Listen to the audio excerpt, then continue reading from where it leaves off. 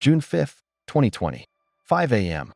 An emergency call is placed to dispatch in Hanahan, South Carolina. On the other end is 37-year-old Matthew Speck. His voice trembles. He's breathing heavily. He tells the operator that two men forced their way into his home in the upscale Eagle Landing neighborhood. He says he and his wife were attacked while asleep and claims he was injured during the confrontation. When officers arrive, the sun has not yet risen. The neighborhood is still wrapped in darkness. Police secure the outside of the house. The front door is locked. Windows are intact.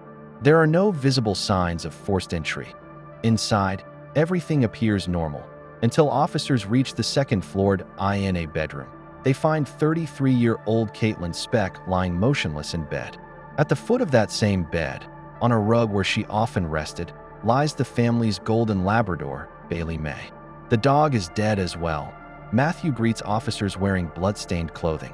Fresh cuts are visible on his forearms and abdomen. He says he was wounded fighting off the attackers, who allegedly fled moments before sirens approached. But as investigators begin processing the scene, details emerge that don't align with his story. Wallets remain untouched. Jewelry and electronics are still in place. No drawers are open. Nothing appears ransacked. Aside from the bedroom, the home is neat and undisturbed. To understand what happened that morning, the timeline must rewind 12 years. The story began in 2008, when Caitlin Conran met Matthew Speck at a local community gathering. Born August 18, 1986, Caitlin worked remotely as a designer by 2020. Her career allowed her to spend most of her time at the couple's two-story home in Eagle Landing. Her daily companion was Bailey May, the golden Labrador she adored as family. Matthew had been living with Caitlin since early in their relationship. To outsiders, their life seemed stable. They invested in property, improved their home, and rarely aired personal matters publicly. Caitlin was planning a significant home renovation. She spoke often about design ideas and carefully selected materials. She appreciated suburban quiet and the flexibility of working from home. But behind the calm exterior, subtle cracks had formed. Close friends later shared that Caitlin had confided in them about growing emotional distance. Matthew was spending more time away and had become colder in conversation. Despite this, Caitlin continued investing both financially and emotionally in their home. She wasn't planning to leave. Her design sketches remained on the table. Supplies were neatly arranged in the garage. Her routine revolved around Bailey May's care. What she didn't realize was that someone inside her home was already calculating the end of that routine. While paramedics treated Matthew's injuries, forensic teams examined the property. The first question: how did the intruders enter? Yet no entry point showed damage. The deadbolt was engaged. The interior latch was secured. Every window upstairs and downstairs was intact, sealed, and undisturbed. Inside, the physical evidence contradicted Matthew's account that Caitlin's wallet sat untouched, cash and cards still inside. Expensive electronics were undisturbed. Closets were intact. There were no muddy footprints, no signs of struggle involving multiple individuals. The bedroom where Caitlin was found told a contained story. Matthew claimed two men burst in, shot his wife, wounded him, and escaped. But if they left, they would have needed to relock the deadbolt and interior latch from the inside, an impossible act unless they remained inside or had keys. There was no evidence of lock tampering or spare key use. The conclusion became unavoidable when the shots were fired.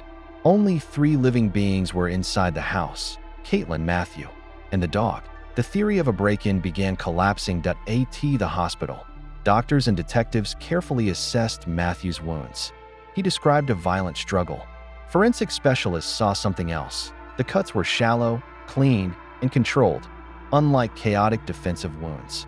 There were no deep lacerations on his palms or hands. No injuries typical of someone grabbing a blade. Experts identified them as hesitation wounds, commonly self-inflicted. Their placement on easily reachable areas reinforced that assessment. Blood pattern analysis added another inconsistency. The staining suggested Matthew was stationary when injured. In a true struggle, blood distribution would have been erratic. Instead, it appeared controlled. Detectives also noted that his description of the alleged attackers shifted repeatedly: height, clothing, sequence of events. What remained consistent was his focus on his own pain. Medical records confirmed none of his injuries were life-threatening.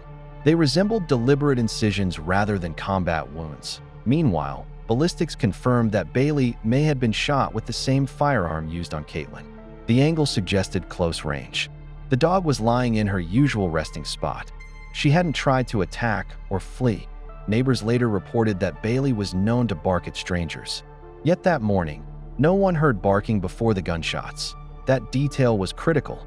Whoever entered the bedroom was someone the dog recognized, someone she did not perceive as a threat. Why would burglars kill a pet if theft was the goal? In a staged scenario, the answer became clearer: eliminate noise. Eliminate unpredictability, even in death. Bailey May's position told investigators the shooter was someone from inside her world, digital. Forensics deepened the case. Data extracted from Matthew's phone and computer revealed troubling online activity in the days before the shooting. His browsing history showed repeated visits to pages about toxicology and staging crime scenes. He wasn't skimming. He spent hours reading detailed discussions. Screenshots on his phone showed neighborhood maps with possible exit routes. The timing of these searches stood out. Late at night, while Caitlin was home, the digital footprint became central to the prosecution's argument. Investigators then examined motive. An ex-girlfriend provided messages showing Matthew referring to his marriage as something he intended to take care of soon. He spoke about starting over. A co-worker described him differently: pragmatic, financially focused. According to her, Matthew was frustrated about property division in a potential divorce. Caitlin reportedly would not agree to sell the house that he had asked what typically happens to shared property if a spouse dies unexpectedly. The motive aligned: eliminate Caitlin. Keep the home, avoid financial consequences. After his hospital release, Matthew faced interrogation.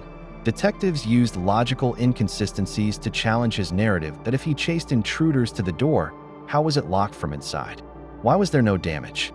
His explanations shifted. At one point, he implied he might have locked it himself in shock. Later, he described the intruders almost as phantoms. Then detectives presented forensic results: the wound analysis, absence of gunpowder residue, and finally his search history: how to fake a robbery, lethal dose of cyanide. Matthew went silent. Arrest followed. Investigators reconstructed the true timeline. The events began well before 5:00 a.m. Matthew waited until Caitlin slept. He retrieved a preloaded weapon.